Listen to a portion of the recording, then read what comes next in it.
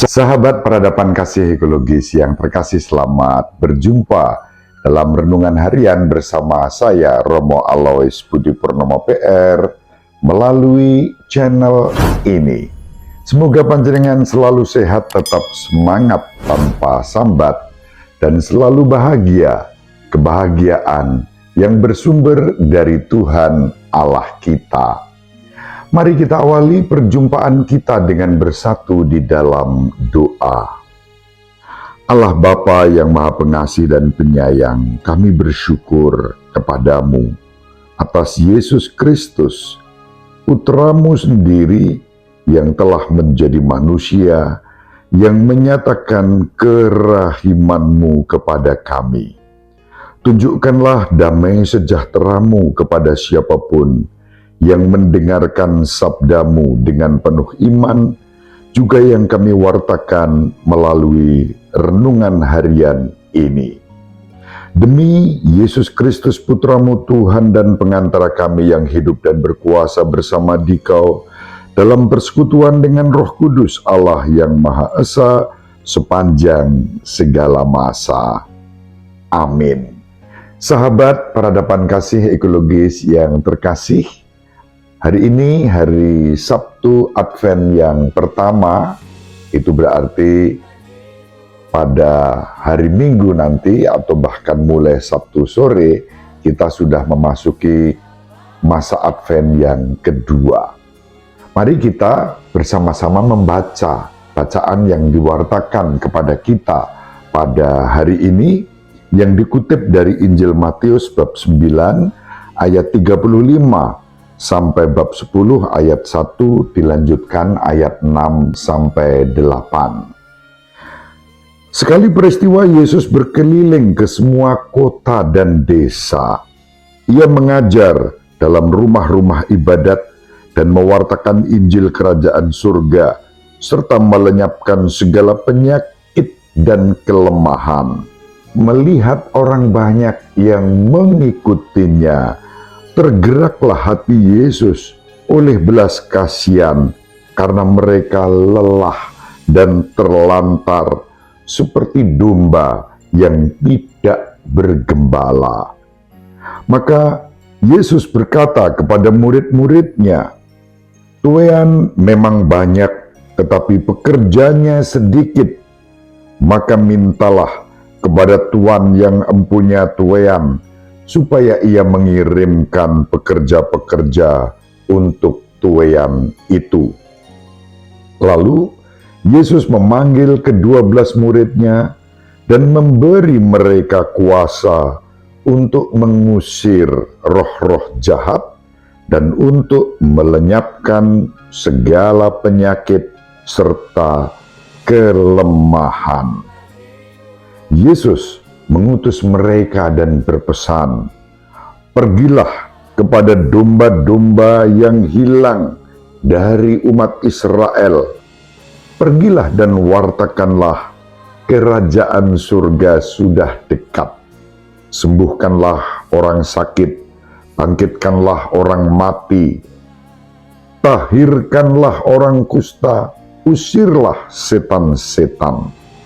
Kalian telah memperoleh dengan cuma-cuma, maka berikanlah pula dengan cuma-cuma." Demikianlah sabda Tuhan. Terpujilah Kristus. Sahabat peradaban kasih ekologis yang terkasih, di akhir pekan masa Advent yang pertama, kita diajak untuk berjumpa dengan Yesus yang lagi-lagi hatinya tergerak oleh belas kasihan karena melihat banyak orang yang berbondong-bondong mengikuti Yesus. Mereka lelah dan terlantar seperti domba tanpa gembala. Melihat situasi yang seperti itu, hati Yesus tergerak oleh belas kasihan. Itulah karakter dasar kelemah lembutan Yesus Kristus Tuhan kita. Tuhan Yesus sendiri pada kesempatan lain bersabda, "Datanglah padaku, hai kamu yang letih, lesu, dan berbeban berat. Aku akan memberikan kelegaan kepadamu." Kali ini, Yesus tidak hanya menunggu orang datang kepadanya di saat letih, lesu, dan lelah. Yesus melihat begitu banyak orang yang letih, lesu, lelah, bahkan terlantar. Dan hati Yesus tergerak oleh belas kasihan. Tidak perlu menunggu mereka datang. Yesus sendiri yang langsung turun tangan, memberikan penghiburan kepada mereka. Penghiburan bukan hanya dengan kata-kata, wacana, tetapi dengan karya. Yang sakit disembuhkan. Dikatakan begitu banyak orang sakit yang disembuhkan, dan mereka semua mengalami kasih kerahiman Allah yang dipancarkan melalui kuasa Yesus. Sahabat peradaban kasih ekologis yang terkasih, ada hal yang menarik dari Injil kita pada hari ini. Yesus tidak hanya tergerak hatinya oleh belas kasihan kepada orang banyak yang lelah dan terlantar, yang laksana domba tanpa gembala. Yesus sendiri sang gembala yang baik juga mengirimkan pribadi-pribadi untuk melayani mereka. Maka Tuhan Yesus mengutus para muridnya agar mereka pun ambil bagian di dalam karya-karya yang dilakukan oleh Yesus. Membangkitkan orang mati, menyembuhkan orang sakit, mengusir setan-setan, dan dalam semua itu damai sejahtera dihadirkan.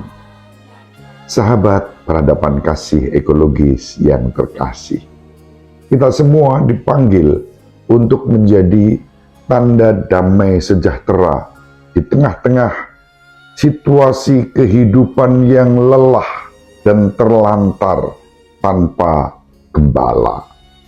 Itu berarti kita dipanggil untuk hadir, membawa damai sejahtera, kasih kerahiman Allah di dalam kehidupan kita bersama, dalam hidup kita sehari-hari, di tengah-tengah masyarakat kita. Sahabat peradaban kasih ekologis yang terkasih, bagaimana kita menanggapi sabda ini?